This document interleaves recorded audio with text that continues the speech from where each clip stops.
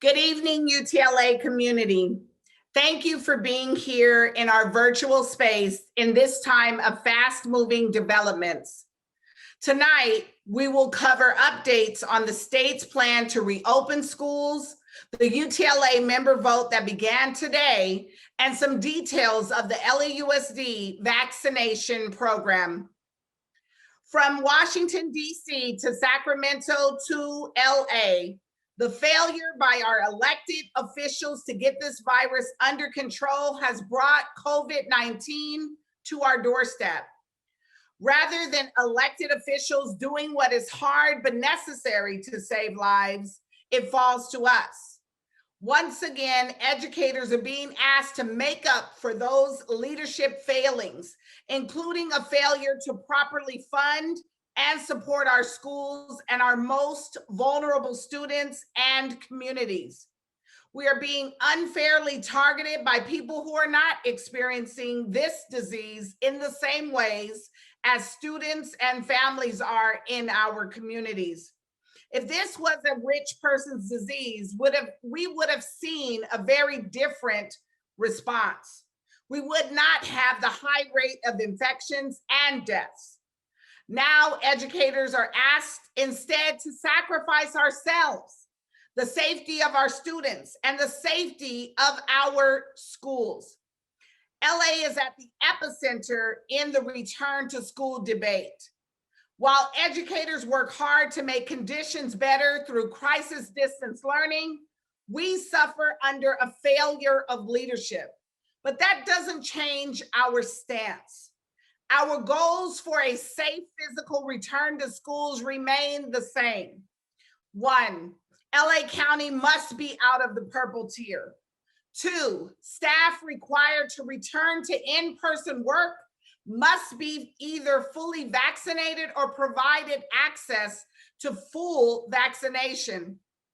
And 3, safety conditions must be in place in our schools, such as PPE, social distancing, ventilation, and a cleaning regimen. Now let's drill down on some of the increased political pressure coming from all sides. We have an all-important member vote this week to stand up against that pressure and fight the unsafe return to school sites. Today, state legislators released a revised plan in Senate Bill 86 to try to force schools to physically reopen even if conditions are unsafe. Unfortunately, the plan reverts to deeply flawed ideas in Gavin Newsom's proposal in December to offer school districts more money if they open faster. If you condition funding on the reopening of schools, that money will only go to white and wealthier schools that do not have the transmission rates that low-income Black and brown communities do. This is a recipe for propagating structural racism, and it is deeply unfair to the students we serve. This would send extra dollars to affluent areas that are able to reopen because of low infection rates, leaving students from low-income communities of color behind. The media is reporting that the legislators' new plan does not require bargaining with unions on the elements, but the fact is that the plan does not supersede our legal right to bargain, working conditions with LAUSD, and our continued determination to do so. Bargaining between UTLA and LAUSD continues this week. As always, we will post bargaining updates and proposals on our website and include info in our weekly member emails. This revised plan, known as AB and SB 86, comes with the news that LAUSD has been prioritized for 10% of the vaccines given to the county. Educator eligibility for vaccines officially began today, and it has been great to see UTLA members' vaccine selfies on social media. And we know classified staff, custodians, bus drivers, and so many other critical staff members are posting those too. We'll have more details on the LAUSD vaccine program a little later in this session. Be sure to check out those selfies and post your own vaccination photos to social media and use the hashtag #IamUTLA. Vaccinations are a critical step forward to getting back in-person teaching and learning with our students, but they are only one piece of the puzzle. We are making progress, but we are not there yet. LA County remains in the purple tier. The purple tier indicates high test positivity rates and the highest risk for widespread infection. And we know the numbers are even more severe for the communities that our schools serve.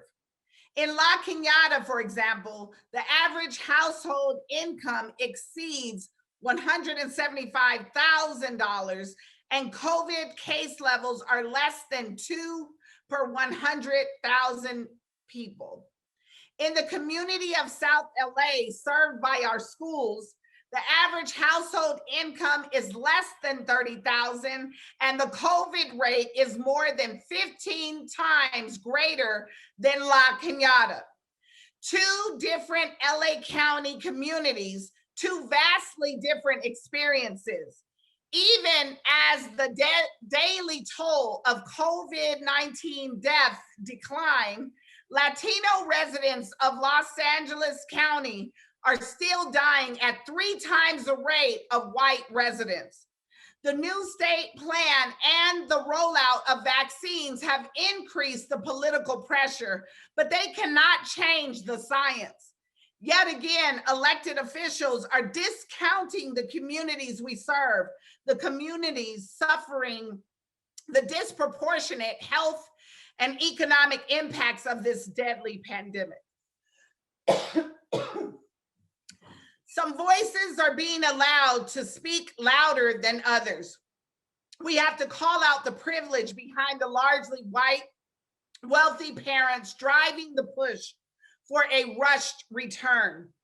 Their experience of this pandemic is not our students' families' experiences. Educators see what our students and their families are suffering when they let us into their homes every day as we navigate crisis distance learning. Their stories must be told, and we must be the voice for our students and their families. We are getting closer to a safe return. If we rush now, it will now put everything we have all sacrificed over the past year at risk. We are heartened by the agreement reached last week between the San Diego Education Association and the San Diego Unified School District on a safe return to in-person instruction. The agreement includes the key elements of our demands. 1, San Diego County must be in the red tier as currently defined by the CDPH or better. 2, all educators must have access to vaccination, both doses, before being required to report on-site and achieve maximum immunity before resuming in-person instruction. And 3, strict safety mitigations must be in place. It's not a coincidence that the San Diego Agreement has similar elements to our goals. They are similar because they are guided by science and not politics. San Diego teachers have been facing the same political pressure to unsafely reopen, and we congratulate them for staying strong and reaching an agreement that prioritizes health and safety for their schools and communities. This rising political pressure actually comes at an opportune time in some ways. This week, UTLA members are voting on the conditions necessary for a safe return to in-person instruction. The stakes are high with this vote. Everyone needs to cast a ballot. Some of the media and other people with agendas are trying to suppress our vote with FUD, F-U-D, fear, uncertainty, and doubt. We saw some of the same tactics in our 2019 strike, and we didn't let that stop us. And we won't let that stop us this time either. Everyone needs to vote and have your voice heard. Vote is starting today at 8 a.m. and will go through Friday at 5 p.m. UTLA members, you should have received an email from Integrity Voting Systems with instructions to vote. Check your inbox and check your spam folder. If you didn't get the email, use the link in the chat and follow the steps to vote. We are encouraged to hear that the state plans to earmark additional vaccines to LA school staff by the end of next week. Doses will be prioritized in communities where COVID case rates are higher for elementary school staff and for those who are providing in-person services for higher needs students. LAUSD employees will likely receive about 40% of available educator sector doses each week. Last Friday, the district sent letters to all EEC and elementary school staff inviting recipients to schedule a COVID-19 vaccine appointment. LAUSD is running 4 sites. The large-scale vaccination at SoFi Stadium, Hollywood Park, and Inglewood, as well as school-based centers at Roy Ball Learning Center, Diego Rivera Learning Center, and Panorama High School. Transportation to Hollywood Park will be available weekdays at each of the Los Angeles Unified 44 Community of School offices. The link for more info on the LAUSD program will be in the chat below. LAUSD is also running a COVID testing and vaccination hotline at 213-241-2700, which we'll also put in the chat below. Educators can also sign up at other LA County sites if appointments are available. If you get your vaccine at a non-LAUSD site, be sure to let the district know. LAUSD employees will be allowed to get vaccinated during the workday, whether through the district's program or an outside provider, including time for travel to and from a vaccination site. Supervisors should be notified in advance, and substitute teachers will be available as needed. We know this is a difficult time of suffering for so many families who do not feel like their voices have been heard.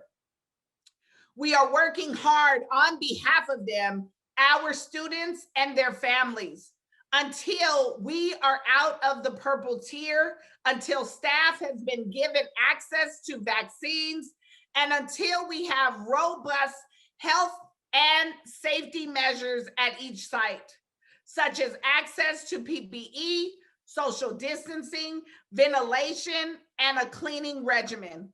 We will not accept an arbitrary return to school date. As educators, we center our students in everything we do. This fight for health and safety is part of that commitment. I am proud to be in this fight with you all. Stay safe, stay strong, because together we rise.